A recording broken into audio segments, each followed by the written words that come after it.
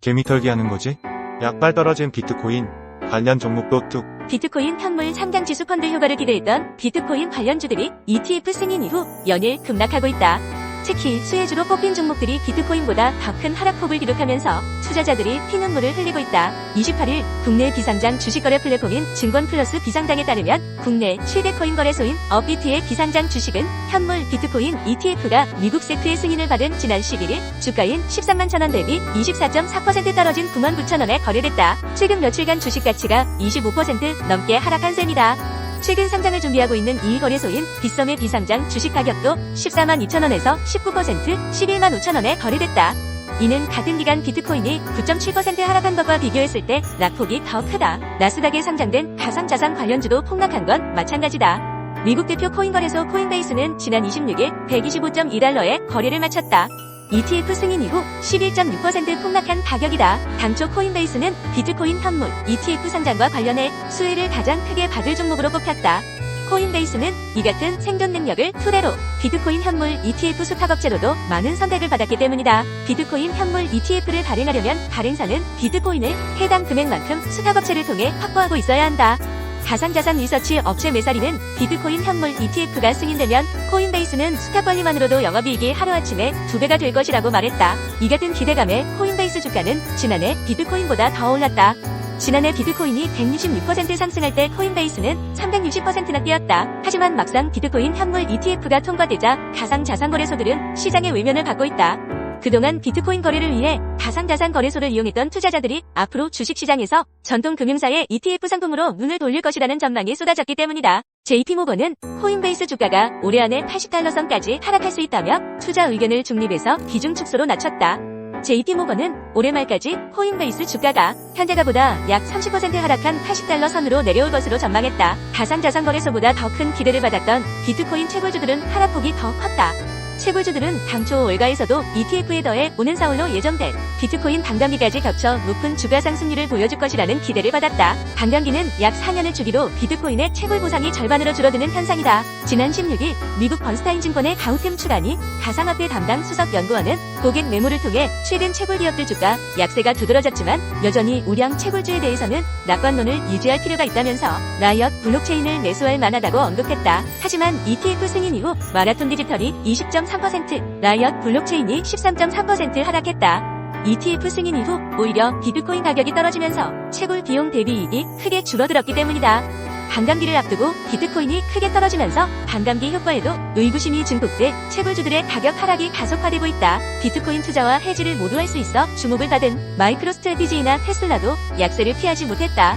이들 주식은 비트코인의 대량 보유를 통해 주가의 비트코인 가격 상승분을 반영할 수 있으면서 본업 경쟁력을 통해 비트코인 가격 하락에 대한 해지도 할 수 있다는 점에서 주목을 받았다. 다만 증권업계에서는 최근 비트코인 가격이 반등할 여지를 보이고 있으며 비트코인 가격 반등에 따라 이들 수혜주도 반등할 수 있다는 분석이 나온다.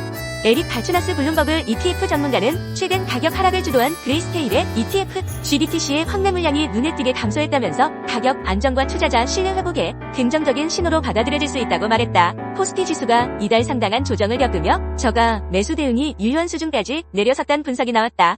1월 강세를 보였던 업종이 통상 한 해를 이끌었던 경향에 따라 반도체와 하드웨어를 중심으로 비중을 늘릴 시기란 제언이다. 김대준 한국투자증권연구원은 29일 보고서를 통해 코스피는 1월 중 상당한 가격 조정을 겪으며 그 과정에서 밸류에이션이 낮아지는 등 가격 부담도 해소됐다며 현재 12개월 선행 주가 수익 비율은 10배로 과거 평균을 하회하고 있다는 점에서 매수 접근이 가능한 타이밍이라고 밝혔다. 김 연구원은 한국 경제의 가장 중요한 수출이 회복되고 있기에 주식시장에 대해 적극적인 관점을 취해도 된다고 생각한다며 올해 상반기 상승 경로를 감안해 조정 시 비중을 늘리는 대응 전략을 추천한다고 밝혔다.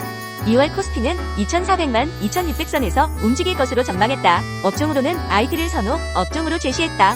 김 연구원은 1월 약세장에서도 IT는 견고한 흐름을 유지했다며 글로벌 투자 트렌드가 AI를 중심으로 변화하는 것도 IT 투자 심리에 긍정적이라고 했다. 그는 최근 미국 시가총액 변화와 관련해 AI 관련주인 마이크로소프트가 새로운 패러다임의 핵심으로 부상하고 있는데 해당 수혜가 예상되는 업종도 국내에선 결국 IT 기업이라고 덧붙였다. 김 연구원은 반도체와 하드웨어를 중심으로 비중을 늘려야 한다며 일반적으로 1월에 강했던 업종이 한 해를 이끌어 나가는 경향이 있는데 올해도 IT가 그러한 역할을 할 가능성이 높은 상황이라고 강조했다. 이번 주 미국의 연방공개시장위원회 정례 회의와 주요 빅테크 기업들의 실적 발표 등이 줄줄이 이어지며 그 결과에 따라 증시 흐름의 단기적 방향이 결정될 것이란 전망이 나왔다. 조준기 SK증권연구원은 29일 보고서를 통해 이번 주 중요 매크로 이벤트가 산재해 있고 주요 기업들의 실적 발표도 예정돼 있어 이벤트 결과 하나하나에 높은 변동성을 보이는 한 주가 될 것이라며 이같이 밝혔다. 조 연구원은 1월 FOMC 회의 결과는 한국 시간 기준으로 1일 격사시에 발표 예정이라며 1월 FOMC 동결 확률은 현재 기준 97% 가까이 반영돼 있어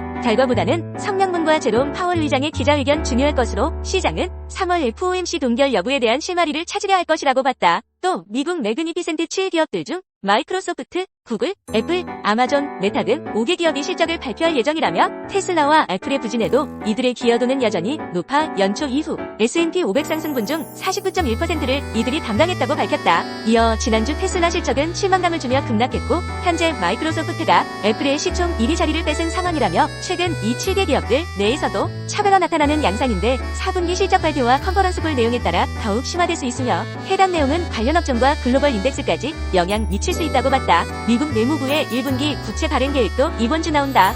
조 연구원은 일단 시장이 금리 측면에서 민감하게 반응할 부분은 작년 10월에 발표했던 예상치 대비해서 1분기 발행량 목표치가 어떻게 변하는지와 새로 제공되는 2분기 예상치가 1분기 목표치보다 많은지 적은지가 될 것이라고 했다. 이어 그리고 재무부 일반 계정 목표치의 변동 여부는 추가적인 지급준비금 또는 영내포장고 변화에 영향을 줄 수 있다고 덧붙였다. 조 연구원은 저번 국채 발행 계획은 작년 11월 초부터 시장금리 급등 중단 및 하락 반전을 통해 증시 랠리로 연결됐던 경험이 있다며 내용에 따라서는 주식시장에 FOMC보다 더 큰 파급력을 지닐 수 있다고 평가했다. 삼성증권은 29일 현대모비스의 전동화 전장부품 투자 회수기가 1년 지연된다며 목표 주가를 기존 30만원에서 25만원으로 하향 조정했다. 이문영 삼성증권연구원은 이날 보고서를 통해 실적 부진은 주가에 상당 부분 반영됐으며 해외 수주증가로 그룹 의존도를 낮추고 있는 점을 반영해 매수 의견은 유지한다며 이같이 밝혔다. 임 연구원은 배터리 시스템의 배터리 셀 조달 방식이 직접 매입에서 사급으로 전환되고 올해 전동화 사업부 흑자 전환을 기대했으나 전기차 판매 성장 속도 둔화로